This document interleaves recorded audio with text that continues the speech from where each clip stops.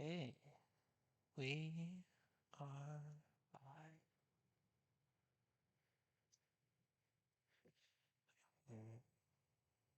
Well, I can get into things more once people arrive.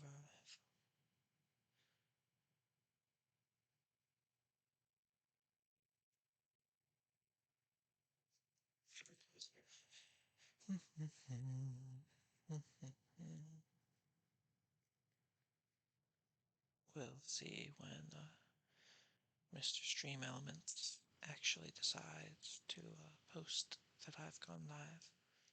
Normally it takes about a minute and a half, or at least that's what it's been for me.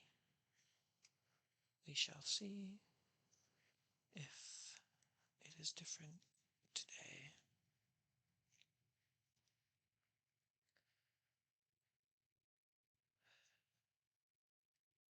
But today we are back with more Frankenstein, chapter 14 of, I want to say 24.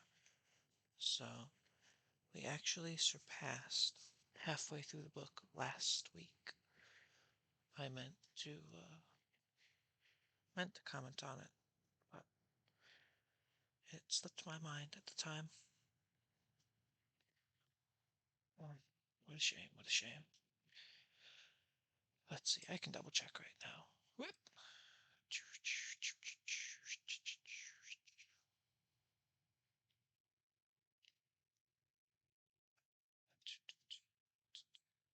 Yes, 24 chapters.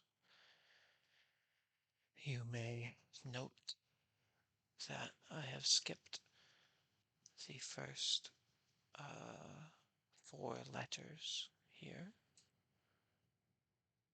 which is because these, and I can go through them shortly now.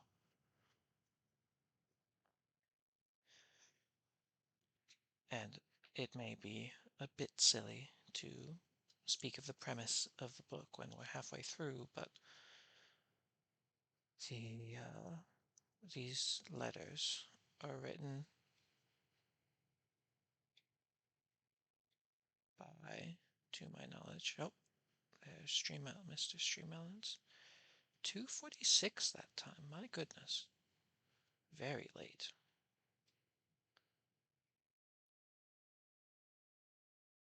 These two, or these 4, rather, letters are a series of letters between one R. Walton and his sister, Mrs. Seville. No relation to the man who owns the chipmunks. But he talks about, if I am remembering this correctly,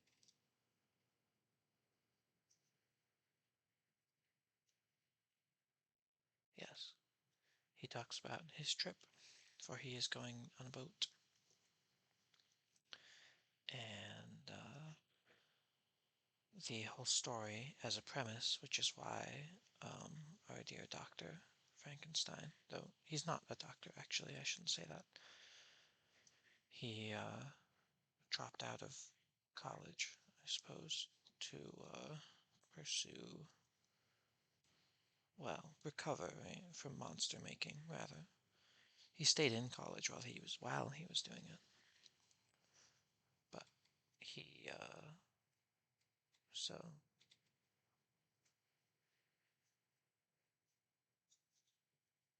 yes, he talks about how he picks up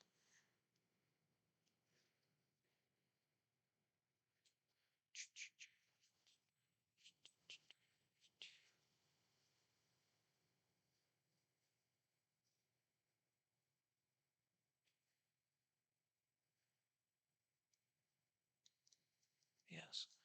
So he, the author, of these letters is on a journey on a ship, and on, well, part of the way there, they pick up our dear Mr. Frankenstein, and the premise of this story, rather, as soon as we hit chapter 1, he,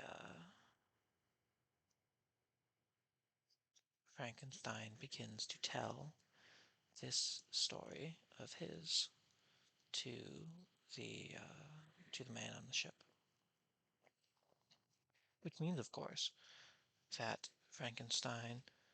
that the man on the ship is telling his sister what Frankenstein told him, and Frankenstein is telling the man on the ship, who is telling his sister, what the creature told him. So the creature, going through all of them, the creature is telling Frankenstein, is telling the man on the ship, is telling his sister, which is perhaps too many, um, quite a long game of telephone for one story. A new follower. Mew Rumi. Thank you.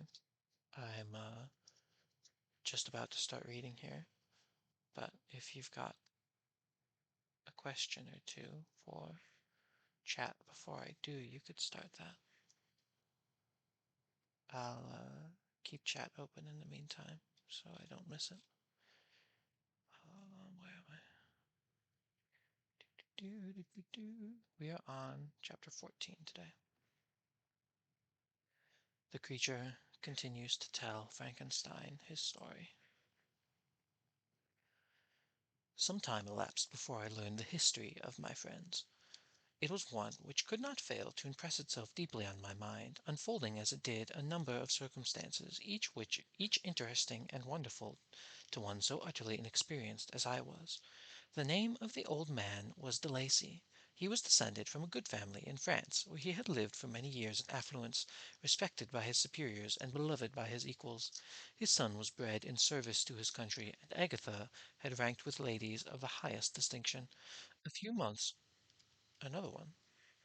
I get a sound alert. Thank you, N-15, for the follow. Where was I? Yes. A few months before my arrival, they had lived in a large and luxurious city called Paris, surrounded by friends, and possessed of every enjoyment which virtue, refinement, or intellect of taste, accompanied by a moderate fortune, could afford. The father of Safie had been cause for their ruin. He was a Turkish merchant, and had inhabited Paris for many years, when, for some reason which I could not learn, he became obnoxious to the government. He was seized and cast into prison the very day Safie arrived from Constantinople to join him. He was tried and condemned to death. The injustice of the sentence was very flagrant.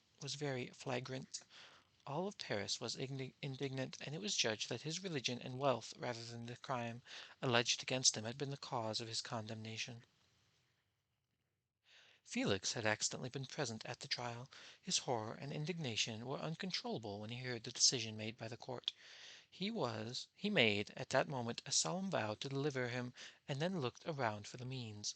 After many fruitless attempts to gain admittance to the prison, he found a strongly grated window in an unguarded part of the building, which lighted upon the dungeon of the unfortunate Muhammadan, who, who, loaded with chains, waited in despair for the execution of the barbarous sentence. Felix visited the grate that night, and made known to the prisoner his intentions in his favor.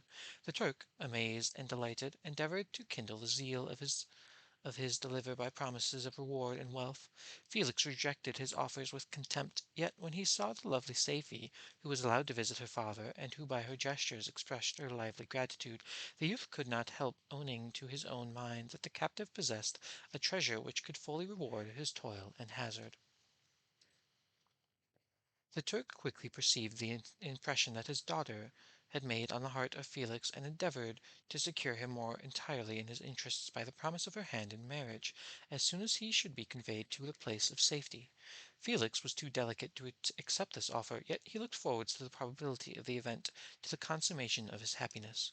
During the ensuing days, while the preparations were going forwards for the escape of the merchant, the zeal of Felix was warmed by several letters that he received from this lovely girl, who found means to express her thoughts in the language of her lover by the aid of an old man, a servant of her father who understood French.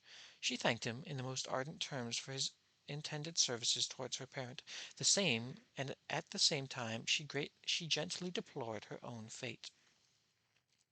I have copies of these letters, for I found means, during my residence in the hovel, to procure the implements of writing, and the letters were often in the hands of Felix or Agatha. Before I depart I will give them to you. They will prove the truth of my tale. But at present, as the sun is already far declined, I shall only have time to repeat the substance of them to you. Saifi related that her mother was a Christian Arab, seized and made a slave by the Turks, recommended by her beauty. She had won the heart of the father of Saifi, who married her. The uncle spoke in high and enthusiastic terms of her mother, who had been born in freedom, spurned by the bondage to which she was now reduced. She instructed her daughter in the tenets of religion, and taught her to aspire to powers of intellect and independence of spirit forbidden to the female followers of Muhammad. This lady died, but her lessons were indelibly impressed on the mind of Saifi, who sickened at the prospect of again returning to Asia and being immured within the walls of a harem, allowed only to occupy herself with infantile amusements, ill suited to the temper of her soul, now accustomed to grand ideas and the noble emulation of virtue. The prospect of marrying a Christian and remaining in the country where women were allowed to take a rank in society was enchanting to her. The day for the execution of the Turk was fixed, but on the night previous to it he had quitted his prison before the morning was distant many leagues from Paris. Felix had procured passports in the name of his father, sister, and himself. He had previously communicated his plan to the former, who aided the deceit by quitting his house under the pretence of a journey and concealing himself with his daughter in the obscure part of Paris. Felix conducted the fugitives through France to Lyons and across Mount Sains to Leghorn, where the merchant had decided to wait a favorable opportunity of passing into some lower part of the Turkish dominions. Saifi resolved to remain with her father until the moment of his departure, before which time the Turk renewed his promise that she should be united to his deliverer, and Felix remained with them in expectation of that event. And in the meantime he enjoyed the society of the Arabian, who exhibited towards him the simplest and tenderest affection. They conversed with one another through the means of the interpreter, and sometimes with the interpretation of looks, and Saifi sang to him the divine airs of her native country. The Turk allowed this intimacy to take place and encouraged the hopes of the youthful lovers, while in his heart he had formed far other plans.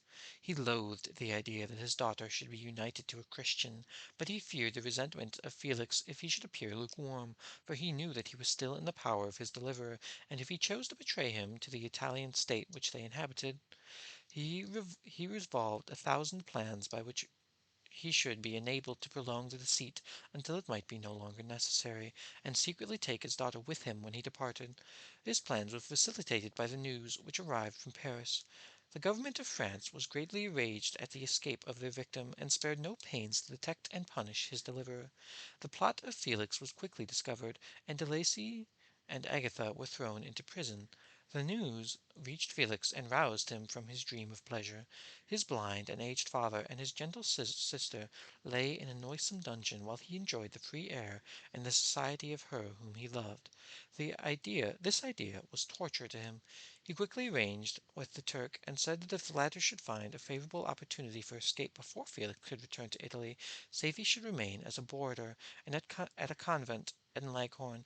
Then, quitting the lovely Arabian, he hastened to Paris and delivered himself up to the vengeance of the law, hoping to free De Lacy and Agatha by this proceeding. He did not succeed.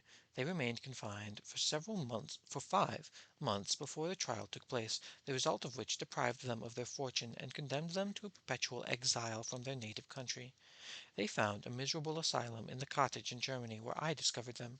Felix soon learned that the treacherous Turk, for whom he and his family endured some unheard of oppression, on discovering that his deliverer was thus reduced to poverty and ruin, became a traitor to good feeling and honor that had quitted Italy with his daughter, insultingly sending Felix a pittance of money to aid him, as he said, in some plan of future maintenance. Such were the events that preyed on the heart of Felix, and rendered him, when I first saw him, the most miserable of his family. He could have endured poverty, and while this distress had been the meed of his virtue, he gloried in it. But the ingratitude of the Turk and the loss of his beloved Safie were misfortunes more bitter and irreparable. The arrival of the Arabian now infused new life into his soul. When the news reached Leghorn that Felix was deprived of his wealth and rank, the merchants commanded his daughter to think more of her lover, but to think no more of her lover, but to prepare to return to her native country. The generous nature of Safie was outraged by this command. She attempted to expostulate with her father, but he left her angrily, reiterating his tyrannical mandate. A few days after, the Turk entered his daughter's apartment and told her hastily that he had reason to believe that his residence at Leghorn had been divulged, and that he should speedily be delivered to the French government. He had consequently hired a vessel to convey him to Constantinople, for which city he should sail in a few hours. He intended to leave his daughter under the care of a confidential servant, to allow at her leisure with the greater part of his property, which had not yet arrived at Leghorn. When alone, Safie resolved in her own mind the plan of conduct that it would become her to pursue in this emergency. A residence in Turkey was abhorrent to her. Her religion and her feelings were alike averse to it. By some papers of her father which fell into her hands, she heard of the exile of her lover, and learnt the name of the spot where he then resided. She hesitated some time, but at length she formed her determination. Taking with her some jewels that belonged with her, and a sum of money, she quitted to Italy with an attendant, a native of Leghorn, but who understood the common language of Turkey, and departed for Germany.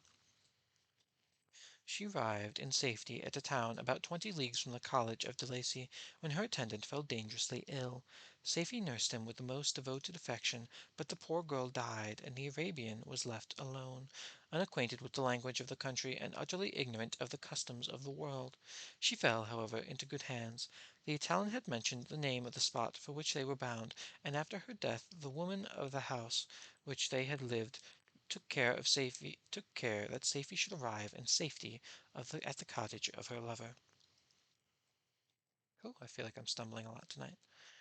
That's the end of chapter 14 now, and I forgot to grab my water bottle, so I am going to go do that. I will be right back.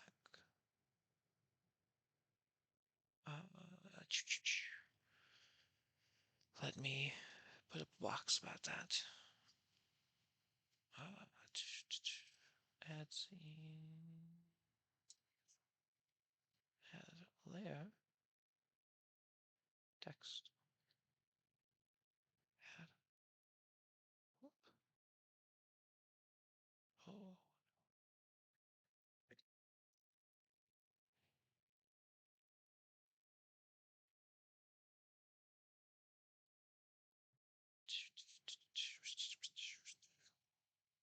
I shall save that, and I will be right back. My apologies.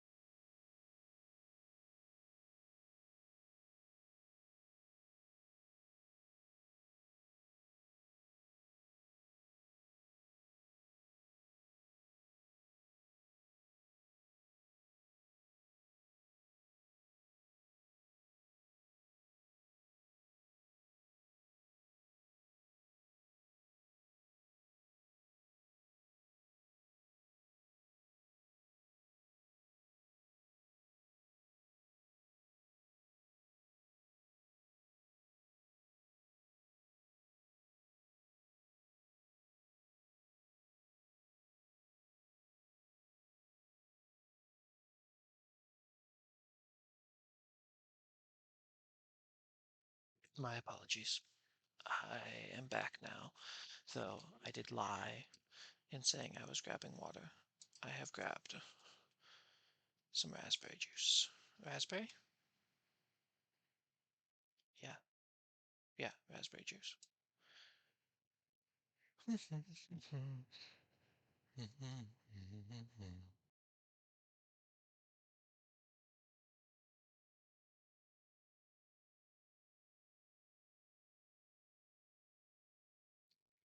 Good stuff. Good stuff, good stuff. Anyway, now that I actually have something to drink, I can continue. Such was the history of my beloved cottagers.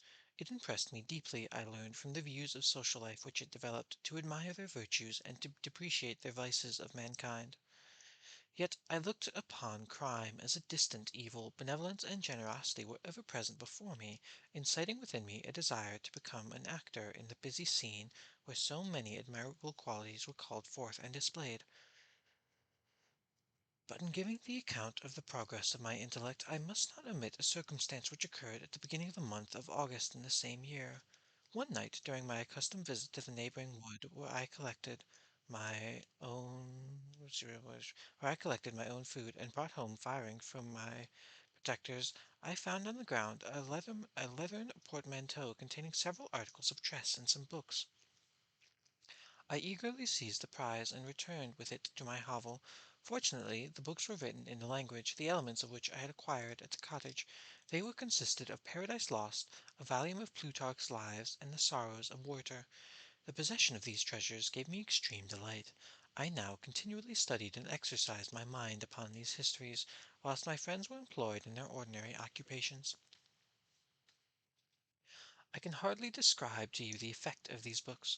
They produced in me an infinity of new images and feelings, but sometimes raised me to ecstasy, but more frequently sunk me to the lowest dejection. In the Sorrows of Werter, besides the interest in its simple and affecting story, so many opinions were canvassed, and so many lights thrown upon which had hitherto been to me obscure subjects, that I found it a never-ending source of speculation and astonishment. The gentle and domestic manners it described, combined with lofty sentiments and feelings, which had for their object something out of self, accorded well with my experience among my protectors, and with the wants which were for ever alive in my own bosom. But I thought Werther himself a more divine being than I had ever beheld or imagined. His character contained no pretension, but it sank deep. The disquisitions upon death and suicide were calculated filled me with wonder. I did not pretend to enter onto the merits of the case, yet I inclined towards the opinions of the hero, whose extinction I wept without precisely understanding it. As I read, however, I applied much personally to my own feelings and condition. I found myself similar, yet at the same time strangely unlike to the beings concerning whom I read, and to those conversations I was a listener. I sympathized with and partly understood them, but I was unformed in mind. I was dependent on none and related to none. The path of my departure was free, and there was none to lament my annihilation. My person was hideous and my stature gigantic. What did this mean? Who was I? What was I? Whence did I come? What was my destination? These questions continually recurred, but I was unable to solve them. The volume of Plutarch's Lives which I possessed contained the histories of the first founders of the ancient republics. This book had a far different effect upon me than the Sorrows of Werter. I learnt from Werter's imaginations despondency and gloom, but Plutarch taught me high thoughts. He elevated me above the wretched sphere of my own reflections, to admire the love of the heroes of ages past. Many things I read surpassed my understanding and experience. I had a very confused knowledge of kingdoms, wide extents of country, mighty rivers, and boundless seas, but I was perfectly unacquainted with towns and large assemblages of men. The cottage of my protectors had been the only school in which I had studied human nature, but this book developed new and mightier scenes of action. I read of men concerned in public affairs, governing or massacring their species.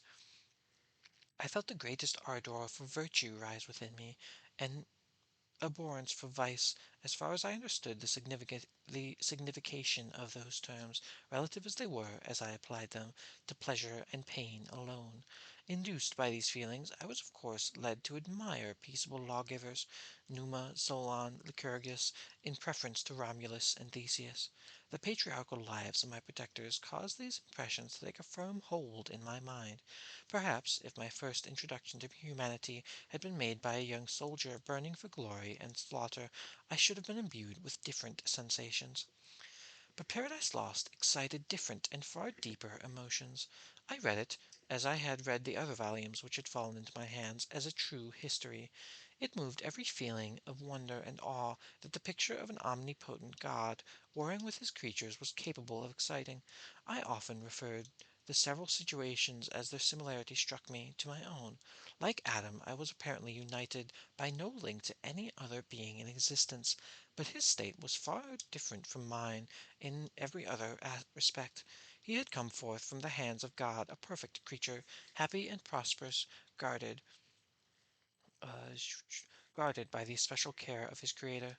He was allowed to converse with and acquire knowledge from beings of a superior nature, but I was wretched, helpless, and alone. Many times I considered Satan as the filth of the fitter emblem of my condition, for often, like him, when I viewed the bliss of my protectors, the bitter gall of envy rose within me. Another circumstance strengthened and confirmed those feelings. Soon after my arrival at the hovel I discovered some papers in the pocket of the dress which I had taken from your laboratory. At first I had neglected them, but now that I was able to decipher the characters in which they were written, I began to study them with diligence. It was your journal of the 4 months that preceded my creation. You minutely described in these papers every step took in the process of your work. This history was mingled with accounts of domestic occurrences. You doubtless recollect these papers. Here they are. Everything is related in them which bears reference to my accursed origins. The whole detail of that series of disgusting circumstances which produced it is set in view. The minutest description of my odious and loathsome person is given, in language which painted over your own horrors and rendered mine indelible. I sickened as I read. Hateful day when I received life! I exclaimed in agony. Accursed Creator! Why did you form a monster so hideous that even you turned from me in disgust? God, in pity, made man beautiful and alluring after his own image, but my form is a filthy type of yours, more horrid even from the very semblance. Satan and his companions, fellow devils to admire and encourage him, but I am solitary and abhorred. These were the reflections of my hours of despondency and solitude, but when I contemplated the virtues of the cottagers, their amiable and benevolent dispositions, I persuaded myself that they should become acquainted with my admiration of their virtues, which they would compassionate me and overlook my personal deformity. Could they turn from their door one, however monstrous, who solicited their compassion and friendship? I resolved at last not to despair, but in every way to fit myself for an interview with them, which they would decide my fate. I postponed this attempt for some months longer, but the importance attached to its success inspired me with a dread lest I should fail. Besides, I found that my understanding improved so much with every day's experience that I was unwilling to commence this undertaking until a few more months which would have added to my sagacity. Several changes in the meantime took place in the cottage. The presence of safety diffused happiness among its inhabitants, and I found that a greater degree of plenty reigned there.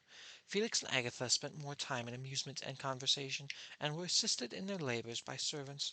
They did not appear rich, but they were contented and happy. Their feelings were serene and peaceful, while mine became every day more tumultuous. Increase of knowledge only discovered to me more clearly what a wretched outcast I was. I cherished hope, it is true, but vanished when I belched my when I sorry when I beheld my person reflected in water or my shadow in the moonshine, even as that frail image and that inconsistent shade. I endeavored to crush these fears and to fortify myself for the trial which in a few months I resolved to undergo, and sometimes I allowed my thoughts, unchecked by reason, to ramble in the fields of paradise, and dared to fancy amiable and lovely creatures sympathizing with my feelings, and cheering my gloom. Their angelic countenances breathed smiles of consolation, but it was all a dream. No Eve soothed my sorrows, nor shared my thoughts. I was alone. I remembered Adam's supplication to his Creator, but where was mine? He had abandoned me, and in bitterness of my heart I cursed him. I'm gonna pause and take another drink, because I'm thirsty again.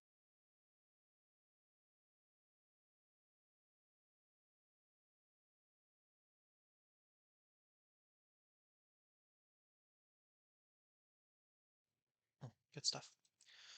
Thank you. My apologies. Autumn passed thus. I saw with surprise and grief the leaves decay and fall, and nature again assumed the barren and bleak appearance it had worn when I first beheld the woods and the lovely moon. Yet I did not heed the bleakness of the weather. I was better fitted by my conformation for the endurance of cold than heat, but my chief delights were the sight of the flowers, the birds, and all the gray apparel of summer. When these deserted me, I turned with more attention towards the cottagers. Their happiness was not decreased by the absence of summer. They loved and sympathized with one another, and their joys, dependent on each other, were not interrupted by the casualties that took place around them. The more I saw of them, the greater became my desire to claim their protection and kindness. My heart yearned to be known and loved by these amiable creatures, to see their sweet looks directed towards me with affection. That was the utmost limit of my ambition. I dared not think of I dared not think that they would turn them yes, I have that right. I dared not think that they would turn them from me with disdain and horror. The poor that stopped at their door were never driven away. I asked, it is true, for greater treasures than a little food or rest. I required kindness and sympathy, but I did not believe myself utterly unworthy of it. The winter advanced, and an entire revolution of the seasons had taken place since I awoke into life. My attention at this time was directed solely towards my plan of introducing myself into the cottage of my protectors. I revolved many projects, but that on which I finally fixed was to enter the dwelling when the blind old man should be alone. I had sagacity enough to discover that the unnatural hideousness of my person was the chief object of horror with those who had formerly beheld me. My voice, although harsh, had nothing terrible in it. I thought, therefore, that if the absence of his children I could gain the goodwill and mediation of the old De Lacy, I might by his means be tolerated by my young protectors. What?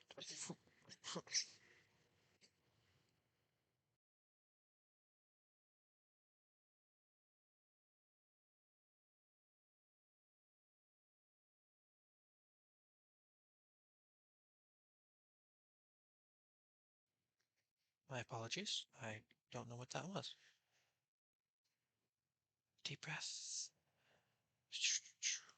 And we're back. As I said, my apologies.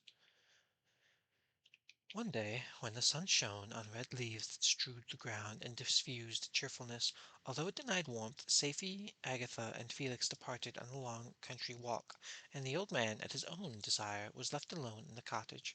When his children had departed, he took up his guitar and played several mournful but sweet airs, more sweet and mournful than I had heard before him play. At first his countenance was illuminated with pleasure, but as he continued, the thoughtfulness and sadness succeeded. At length, laying aside the instrument, he absorbed in reflection. My heart beat quick. This was the hour and moment of trial which would decide my hopes or realize my fears. The servants were gone to a neighboring fair. All was silent in mind in all was silent in and around the cottage. It was excellent opportunity, yet when I proceeded to execute my plan, my limbs failed, and I sank to the ground. Again I rose, and exerted all the firmness for which I was master, removed the planks which I had placed before my hovel to conceal my retreat. The fresh air revived me. With renewed determination I approached the door of their cottage. I knocked. "Who's there?" said the old man. "Come in." I entered. "Pardon the intrusion," said I. "I am a traveller in want of a little rest. You would greatly oblige me if you would allow me to remain a few minutes before the fire." "Enter," said De Lacy, "and I will try in what manner I can to relieve your wants. But unfortunately my children are far from home, and as I am blind I am afraid I shall find it difficult to procure food for you. Do not trouble yourself, my kind host. I have food. It is warmth and rest only that I need." I sat down, and a silence ensued. I knew that every minute was precious to me, yet I remained irresolute. in what manner to commence the interview when the old man addressed me. "By your language, stranger, I suppose you are my countryman. Are you French?" "No, but I was educated by a French family, and understood that language only. I am going to claim the protection of some friends whom I sincerely love, and whose favor I have some hopes." "Are they Germans?" "No, they are French. But let us change the subject. I am an unfortunate and deserted creature. I look around, and I have no relation or friend upon earth. These amiable people to whom I go have never seen me, and know little of me. I am full of fears, and if I fail there I am an outcast in the world forever. Do not despair. To be friendless is indeed to be unfortunate, but the hearts of men, when unprejudiced by any obvious self-interest, are full of brotherly love and charity. Rely, therefore, on your hopes, and if these friends are good and amiable, do not despair. They are kind. They are the most excellent creatures in the world, but unfortunately they are prejudiced against me. I have good dispositions. My life has been hitherto harmless, and in some degree beneficial, but a fatal prejudice clouds their eyes. They ought to see a feeling and kind friend. They only behold a detestable monster. That is indeed unfortunate. If you are really blameless, cannot you undeceive them? I am about to undertake that task. It is on that account that I feel so many overwhelming terrors. I tenderly love these friends. I have, unknown to them, been for many months in the habits of daily kindness towards them, but they believe that I wish to injure them, and it is that prejudice I wish to overcome. Where do these friends reside? Near this spot. The old man paused, and then continued, "If you will unreservedly if you will unreservedly confide to me the particulars of your tale, I perhaps may be of use in undeceiving them. I am blind, and cannot judge by your countenance, but there is something in your words which persuades me that you are sincere. I am poor and an exile, but it will afford me true pleasure to be in any way serviceable to a human creature." "Excellent man, I thank you and accept your generous offer. You raise me from the dust of this kindness, and I trust that, by your aid, I shall not be driven from the society and sympathy of your fellow creatures." "Heaven forbid! Even if you were really criminal, for that can only drive you to desperation, and do not instigate you to virtue. I am also unfortunate. I and my family have been condemned, although innocent. Judge, therefore, if I do not feel for your misfortunes." "How can I thank you, my best and only benefactor? From your lips first have I heard the voice of kindness directed towards me. I shall be forever grateful, and your present humanity assures me of success with those friends whom I am on the point of meeting." "May I know the names and residence of those friends?" I paused. This, I thought, was the moment of decision which was to rob me of or bestow happiness on me forever. I struggled vainly for firmness sufficient to answer him, but the effort destroyed all my remaining strength. I sank on the chair and sobbed aloud. At the moment I heard steps of my younger protectors. I had not the moment to lose. I seized the hand of the old man. I cried, "Now is the time! Save and protect me! You and your family are the friends whom I seek. Do not you desert me in the hour of my trial." "Good God! Great God!" exclaimed the old man. "Who are you?" At an instant the cottage door was opened, and Felix, Safie, and Agatha entered. Who can describe their horror and consternation on beholding me? Agatha fainted, and Safie, unable to attend to her friend, rushed out of the cottage.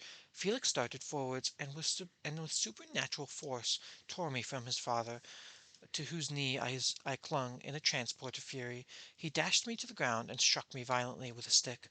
I could have torn him limb from limb as the lion rends the antelope, but my heart sank within me as with bitter sickness, and I refrained. I saw him on the point of repeating his blow, when, overcome with pain and anger and anguish, I quitted the cottage, and in a general tumult escaped unperceived to my hovel. And that is the end of chapter 15. Ho hum, ho hum. So, the creature has told his story. The creature, rather, continues to tell his story to Frankenstein, and his story is that he has learned the past of the people that he watched, and he has tried to talk to them, and they, like everyone else, have not taken kindly to the attempt.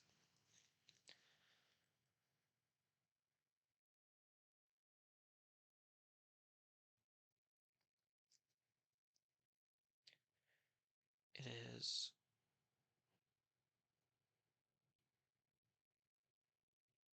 he is once again judged solely, well, not entirely solely, by his appearance.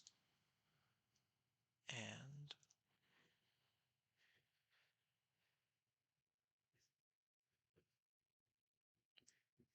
he is once again beaten for it.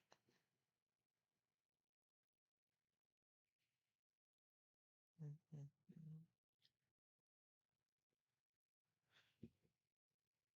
No, no extra speech from me tonight, however. That said, I will remind everyone, happy Pride. It is June, and I hope you have a nice June. And I hope you have. We shall see what comes of it. Thank you, everyone, for coming, and I should be back tomorrow with chapters 16 and 17. Good night.